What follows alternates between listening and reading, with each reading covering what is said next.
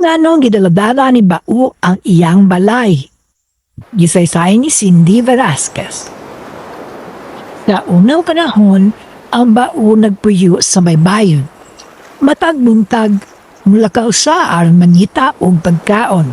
Matag gabiit, muuli siya sa iyang balay. Usa ka adlaw na ay niabot nga dako nga bagyo. Di andam ni Bubit Kwakmit, Alisa Aluhipan, Maria Himungaan, Morga Ilaga, ug Dudong Kabaw ang iyang mga balay. Ang balay ni Bao, gidala sa kusog nga hangin ang iyang balay. Ang akong balay palihog o giuli. Sampit niya sa hangin. Nihilak si Bao kay wala na siya'y balay. Unsaon na rin ako ron. Padayon og hilak si Bao.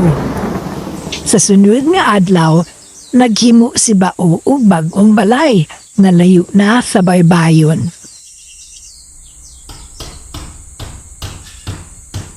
Usa ka gabi sa iyang pag-uli sa iyang balay, nakit-an ni Bao nga nasunog ang iyang balay tungod sa aning nipot nga si Anya. Ang akong balay nasunog. Syagit ni Bao. Bao, pasaylo ako, nasunog na ako imong balay. Wala na ako tuyo Kipasaylo na tikaan niya. Sige lang, maghimo lang ko og bag-ong balay. Apan, nag-uul jud si Bao.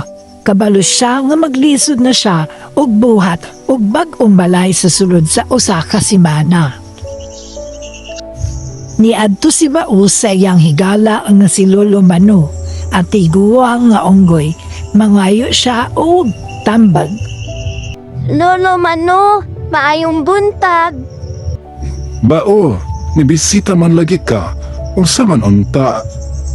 Dayon, gisultian ni Bao si Lolo Mano sa iyang kahimtang sa mga nahitabo niya ug sa iyahang balay. Kung mao man nga o, mas maayo nga dad-an na lang na kanunay ang imong balay. Dadon akong balay? Dad-a lang nga siya kanunay aron dili na ka maghuna-una.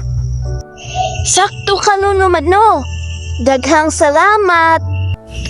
Sukad ato, kanunay na nga malipayong si Bao. Kanunay na pud niyang gidaladala ang iyang balay.